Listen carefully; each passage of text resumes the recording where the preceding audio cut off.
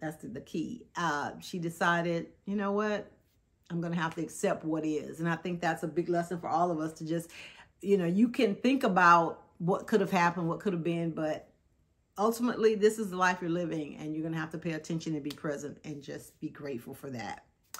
All right, number 4. Okay, I cheated on number 4 because I did a tie. And the only reason why, and I'll tell you when I tell you the books, hopefully you'll get it. But I feel like these books are kind of comparable in a way because of the genre and what they both kind of gave to the reader. Number 1 is Rock, Paper, Scissors by Alice Feeney. It's a suspense book, thriller book, twisty, one of those books that you think you know and you don't. And then it has a surprise, shocking ending that has you flipping back going, how did I miss that? Okay. And it's this couple essentially that go out to this, I think it's like a cabin or Airbnb type situation.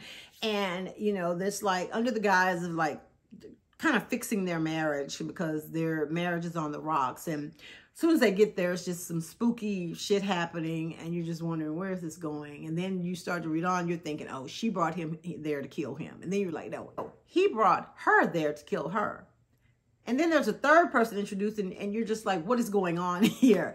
And it's one of those books because you're like, what is going on here? You need to know. So, you know, it's fast paced and you just keep reading. And then it gets to the end and you're just like, what? So, yeah, it was really, really good. And then The Paris Apartment is the book that I tied it with by Lucy Foley, because I felt like it was kind of the same, even though the story was different. This one was about a woman who goes to visit her brother. She's like kind of running from her past. She goes to visit her brother at his apartment in Paris, but he's not there. He's missing. So she spends the majority of the book looking for her brother, trying to find out what's going on and talking to the residents in this apartment, which isn't really an apartment. And, you know, the things that ensue and the people that are involved, everybody is a suspect. Like, you're just thinking everybody had something to do with it. And again, thinking you knew and you know, and it doesn't end up being that. And then you get this shocker of a twist. That's a really good mark of a book in that genre. When, if it's a suspense or a thriller book, you know, give me suspense, give me, you know, red herrings, make me think I'm an amateur sleuth where I think I figured it out, and then shock my ass, but, you know, letting me know you don't know what's going on. You need to pay attention. And then give me a shock at the end or a good twist that I never saw coming. And I feel like both of those books delivered. Okay, number 3. Oh my God, and I talked about this. I had this book on my shelf on my TBR for so long, so I know I'm totally late to the party. But number 3, Dark Matter by Blake Crouch. Another book that dealt with time travel, and it was more kind of in the techie sci-fi you know, area than This Time Tomorrow, but it kind of explored the same theme. I feel like most time travel books have this theme of, you know, the road not taken.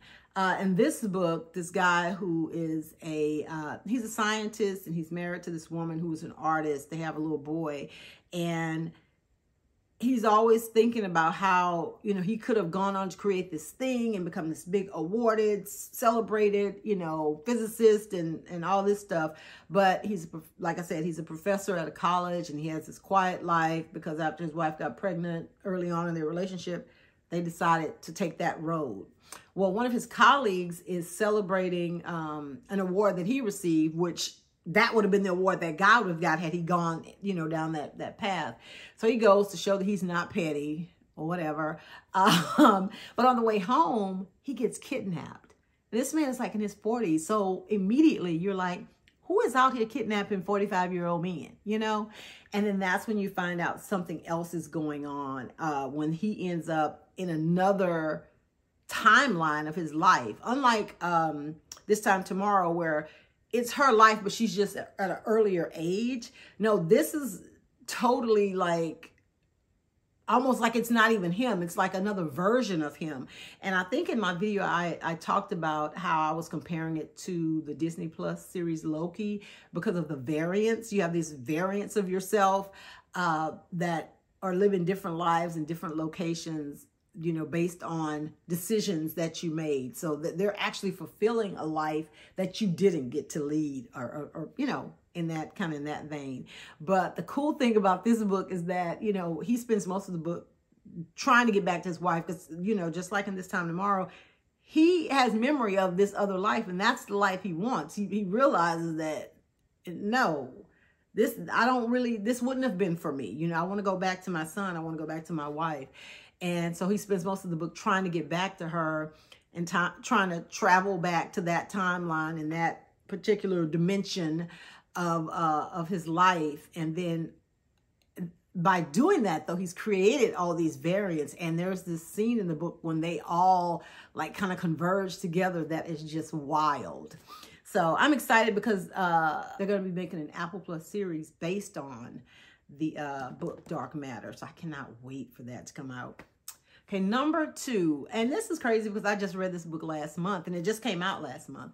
Before I Let Go by Kennedy Ryan. This book, it was a romance, contemporary fiction book, you know, that followed the relationship of this couple.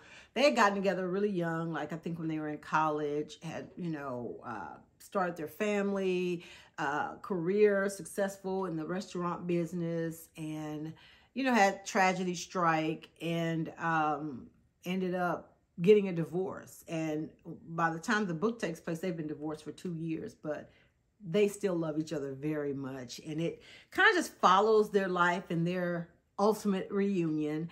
But the way that it was written, it was not like some mushy, you know, kind of unbelievable, like love conquers all type story. You know, there were some heavy themes in the book, and a lot of it dealt with mental health and therapy, people getting help for their issues and kind of normalizing that. And I think that that in itself made it refreshing, but also the chemistry between those two characters and the love. It wasn't something contrived. It was, you know, it was genuine, and it's like you felt it and you were rooting for them. You know, even when he was dating somebody else, you were like, get rid of her, because this is who you're supposed to be with, which, you know, that's ultimately what happened. But it was a beautifully written story, the pacing, and it, you know, like I said, I love romance stories or contemporary fiction type stories that focus on relationships that have some realism. And I feel like this one did. It had a lot of heart,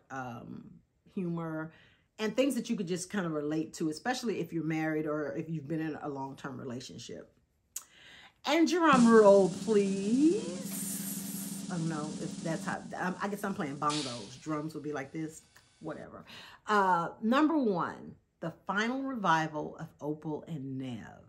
And I think this one came out a year or 2 ago, but I read it at the top of the year, at the beginning of the year. And it remains my favorite for this year for a variety of reasons. Number 1, now I will say I read this book before I read Daisy Jones and the Six. I read Daisy Jones and the Six, and which came out first, like in terms of when it was published. You know, they're 2 different authors, 2 different storylines, but they are eerily similar in the type of books that they are. Because, I mean, of course, the market is flooded with, you know, like romance books, thriller books, suspense books, you know, sci-fi books, you know, young adult books. But both of these books are like mockumentary type books, you know, and they follow musicians and talk to people that were in the band, people that knew them. And in the end, you find out like the daughters of the main people are doing the mockumentary. You know, it's very crazy how those books were similar in that vein. But I just happen to love the Opal and Nev story much better. And I don't know if it was more relatable to me because Opal was a Black woman, and just some of her background and just kind of some of what she went through and some of the stuff that she talked about was more relatable. So maybe that's why I found it more entertaining and dynamic than the other book. But the thing that I really liked about it, like I said, it's like it's like you're reading almost a transcript for a documentary, and the detail and everything that the author provides. Oh, and I don't know if I said it's by Donnie Walton. I don't know if I said that, but the detail and imagery and everything that she provides, it had me like legit going to Google, and I'm like having to stop myself. I'm like, this is not even real, girl. Who are you looking up? What are you looking up? Because none of it was real. But she did infuse, like, you know, if she was talking about, oh yeah, because, you know, we went on tour in the 70s, and that was the night that David Bowie, you know, did XYZ. And then you go and you Google David Bowie 1970s, this incident, that incident, that's real. So, but she built it around these fictional characters, and it was just hella entertaining. And it also, I feel like, had a hint of like kind of mystery in it, because there was this big thing that happened that kind of broke up Opal and Neff, because they were like a kind of like a odd duo of this white folksy man and this, I don't even know what kind of genre you would put Opal in. She was almost like a Grace Jones or a Tina Turner type performer based on the way that she was described. But there was this incident that happened with these bikers at this performance that they gave, and somebody died, and you kind of learn who was responsible for inciting that riot, and it just like kind of throws you. So I appreciated that, you know, it wasn't just, it was something else in there that the reader was digging and looking and trying to uncover. So yeah, it was very, very well done. That'll be interesting if they were to make that a movie as well, because I know the Daisy Jones and the Six book, it is going to be a movie or a series or something, I think on Hulu. But yeah, so those are my top 5 reads of 2022. I mentioned in the last video that I have an announcement that I want to make, and it's actually 2 announcements. Number 1, I know I may have mentioned on the channel before, I have a community of women over 50, a group that I've started, and it's called the Face of 50 Plus. And it started off as just like an Instagram thing where I kind of like highlighted women, you know, in their 50s, and just showed like pictures of them and kind of what their occupation, and asked them the best thing about being in their 50s, to show the world, you know, that we're still vibrant and vital, you know, in a world, a society where, you know, they kind of want to erase us or make it seem like we're past our prime. But it has just grown into so much more. And in January, I will be launching a quarterly digital magazine called The Face of 50 Plus. And while it is very much centered on women in their 50s, I feel like the information contained in it can benefit anyone. I feel like anyone will find it insightful or entertaining. So if that's something you're interested in, I just want to put that out there. I have, you know, started this magazine every quarter. You can go out and the first issue will be released on the 6th of January.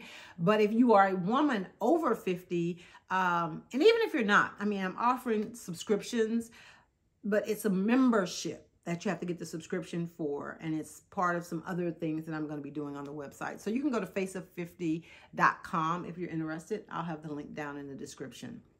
And the second thing, more book related, but also connected to the Face of 50 Plus, I have started a book club on Fable, on the Fable app.